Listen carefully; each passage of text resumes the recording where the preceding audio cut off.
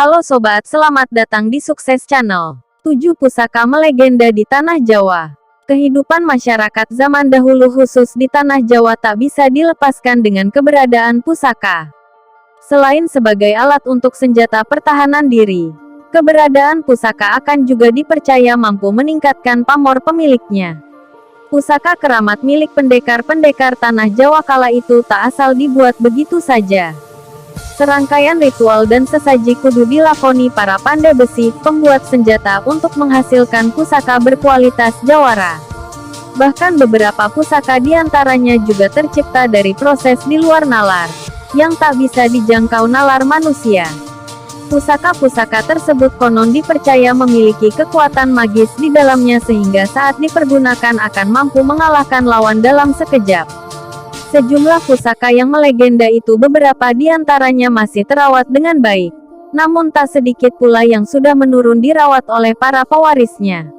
Berikut 7 pusaka yang melegenda di Tanah Jawa. Ontokusumo. Benda ini merupakan sebuah kain berbentuk rompi. Konon rompi ini merupakan peninggalan dari Nabi Muhammad yang diwariskan secara turun-temurun, dan sampailah ke tangan Sunan Kalijaga. Ontokusumo didapatkan Sunan Kalijaga setelah ia hatam Al-Quran pada malam Jumat Legi. Saat itu Sunan Kalijaga bersama wali lain tengah berkumpul di Masjid Agung Demak, dan tiba-tiba mendapati sepucuk surat yang berisi pesan jika ia akan memperoleh hadiah berupa rompi terbuat dari kulit kambing peninggalan Nabi Muhammad. Keris Kiai Carubuk. Pusaka Sunan Kalijaga ini berupa keris bernama Kiai Carubuk. Keris Luk-Lekuk 17 ini dibuat oleh sahabat Sunan Kalijaga bernama oleh Empu Sukomandagri, seorang pandai besi kenamaan dari kerajaan Majapahit. Saat pembuatannya konon Sunan Kalijaga hanya menyerahkan bahan mentah berupa besi seukuran biji salak.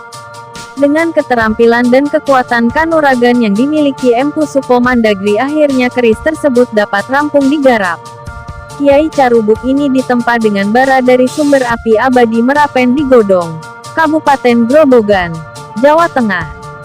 Konon Empu Sukomandagri membuat Kiai Carubuk ini bukan dengan alat pemukul namun hanya menekan-nekan besi menggunakan jari tangannya. Tongkat Kalimasada. Sunan Kalijaga memiliki sebuah tongkat yang selalu setia menemani setiap pengembaraannya. Dari tongkat ini banyak peristiwa di luar nalar terjadi, seperti terciptanya mata air maupun munculnya api dari dalam tanah, setelah benda pusaka tersebut ditancapkan ke bumi. Konon tongkat warna hitam milik Sunan Kalijaga berasal dari kayu Kalimasada. Pohon kayu Kalimasada ini berasal dari Pulau Karimun Jawa, Jepara, Jawa Tengah. Keris Kanjeng Kiai Ageng Kopek. Keris ini merupakan pusaka utama di lingkungan Keraton Yogyakarta. Pusaka ini hanya dipegang oleh Sultan yang tengah bertahta di Keraton Yogyakarta. Keris Kanjeng Kiai Ageng Kopek ini pralambang Sultan sebagai pemimpin rohani dan duniawi. Keris Kanjeng Kiai Joko Piturun. Pusaka ini berada pada urutan kedua dunia keris di lingkungan Keraton Yogyakarta. Kanjeng Kiai Joko Piturun akan diberikan kepada putra mahkota Keraton Yogyakarta. Disebut-sebut keris ini pernah dimiliki Sunan Kalijaga yang ditempa oleh pandai besi kenamaan di Kerajaan Demak. Tombak Kanjeng Kiai Pleret. Kanjeng Kiai Pleret merupakan tombak milik Danang Sutowijoyo atau Panembahan Senopati pendiri Keraton Mataram, sekarang menjadi Keraton Yogyakarta. Konon Kanjeng Kiai Pleret ini merupakan sperma dari Syekh Maulana Maghribi. Saat itu Syekh Maulana Maghribi tak sengaja melihat adik perempuan Sunan Kalijaga, Rasa Wulan, yang tengah mandi di sendang beji.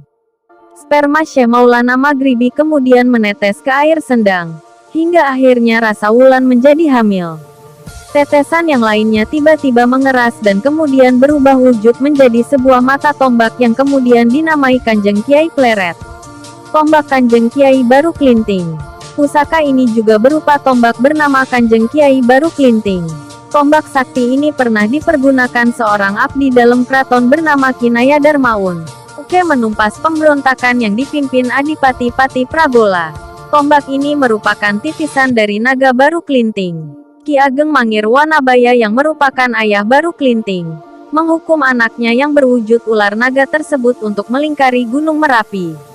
Tinggal kurang sedikit lagi Baru Klinting berhasil melingkari Merapi. agar dapat kepalanya dapat menyentuh ekor.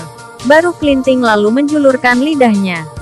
Hal itu tak disukai Ki Ageng Mangir Wanabaya dan menganggap anaknya telah berbuat curang. Ki Ageng Mangir Wanabaya lalu memotong lidah tersebut hingga kemudian menjadi sebuah pusaka mata tombak. Demikianlah 7 pusaka paling melegenda. Semoga bisa menjadi informasi yang bermanfaat. Terima kasih.